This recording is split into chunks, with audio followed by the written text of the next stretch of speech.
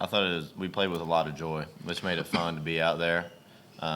We had a lot of veteran guys and the whatever you want to call them, newcomers, 1 year guys, 2 year guys. They played like they've been in the system for a while, so that we were represented one body, which we're what we're trying to do. Kaden, you made a lot of three-pointers in your career and in a Liberty uniform, but I think you missed your first 7 this season to start the year. How good did it feel to finally get that one in before the first half was over? And then, it seemed like in the second half you were just on fire. Yeah, I don't really think too much about my misses. I mean, coach I have a lot of freedom, and the guys trust me, so I try not to think about when I'm making a miss and just if it's a good shot, shoot it. Just the work that I put in, I trust that the next one's going in. But like you said, it was definitely good to see one go in. I think the second one, the center blocked it, which came out of nowhere. So I felt like that one was going in a little bit. So that's when the next one went in. So I was happy about that.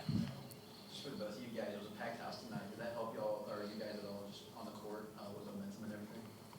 Yeah, expect whenever Metheny hits a couple three in a row, I think is what it was in a short span. Yeah, the crowd loves that. So just having fun, like I mentioned in the opening statement, just playing with joy. That's what Liberty's all about. So I had a lot of fun tonight.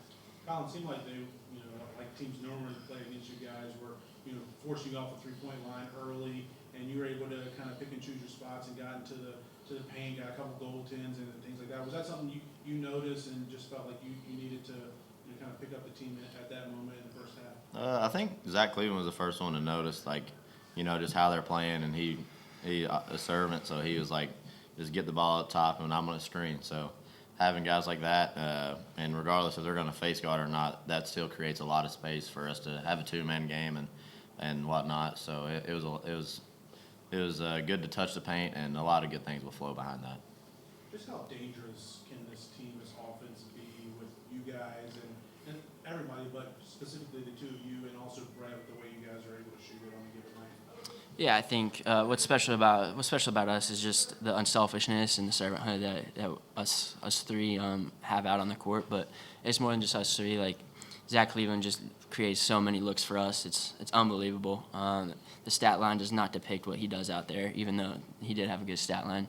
But yeah, and then like Brett Decker. I mean, you guys are just seeing just a guy who waited his turn last year. Probably could have played a little bit more last year, and but he didn't complain one time, and he waited his time out, and one of the hardest workers on the team. So we know what he's capable of, and he can take over at any given moment, which can alleviate some stress off Colin and I for sure.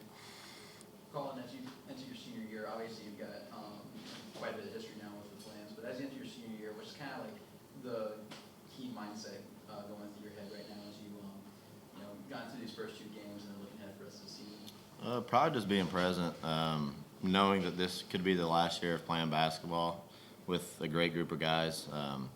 It's just cherishing every moment, working hard. I don't want to let them down. They don't want to let me down. So just knowing that we get to go out this year and just a group of guys who stuck together.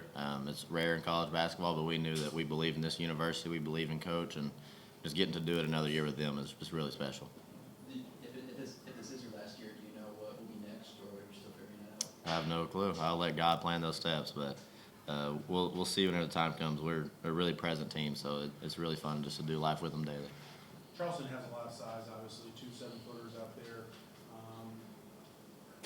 Seemed like JJ kind of took that challenge on early and got their first guy had 2 fouls early and got him out of the game. Just how much of a challenge was it playing against them? I know you guys see that before, but just going against that size, that length, and something you guys had to face tonight.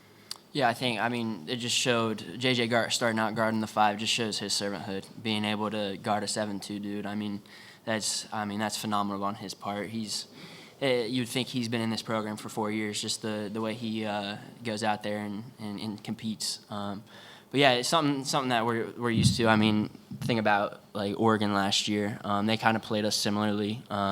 So we know teams are going to kind of start doing that against us, and just figuring it out. And obviously Josh Smith came in and played a couple minutes on a little bit of minute restriction, but it's going to be great getting him back for those types of matchups. And obviously Isaiah Enan's working his way back. So once those guys start coming back to it, it'll help out. And maybe we won't have to have JJ guard a center as much. I think there was a point where, I forget where it was, but in the second half, I don't know the time, but like they played about 25 good seconds of defense, and I think denied 2 or 3 layups, and Denver ended up raining a 3 up top. I mean, when it looks like that, and you guys are just all in sync, I mean, is this something you guys can do? I don't want to say on a nightly basis, but I mean, do you guys feel like that offensively this team's kind of at another level this year? Yeah, I think obviously with me, Zach, and Colin especially, like at any given moment out there on the court, like I know what they're gonna do. It's just the experience that we have with each other and the connection that we have out on the court. It's just like I know them like the back of their hand. But we talk a lot in this program about outlasting. That's not necessarily playing slow, but just getting the best shot available. And if that means taking it down to the 5 seconds on the shot clock and getting a Brett Decker wide open 3, then we did our job. And whenever Brett Decker's wide open, that thing's going in. So we're pretty happy about that shot. Colin, probably haven't had much time to look to Sunday, but they want an FAU team that's gotten you all each of the last 2 years in this event. What have you seen out of them, and how challenging will they be Sunday? We've been solely focused on Charleston, so I really haven't got to watch much. I know that they're talented 1 through 5. They got a really good guard in Kaden Carlisle, Moretti, I believe, from last year. We know that he's really smooth, knows the game, and obviously they brought in a lot of transfers for the wings and forward positions. So we know it'll be tough, but we've been solely focused on Charleston up to this point. It's good to have a day off in between the 2 games on the last 2 Yeah, years. first time. Yeah, the home court advantage, that's for sure. Yeah, definitely. You guys sit and watch the game somewhere tomorrow, or what's kind of the plan for tomorrow?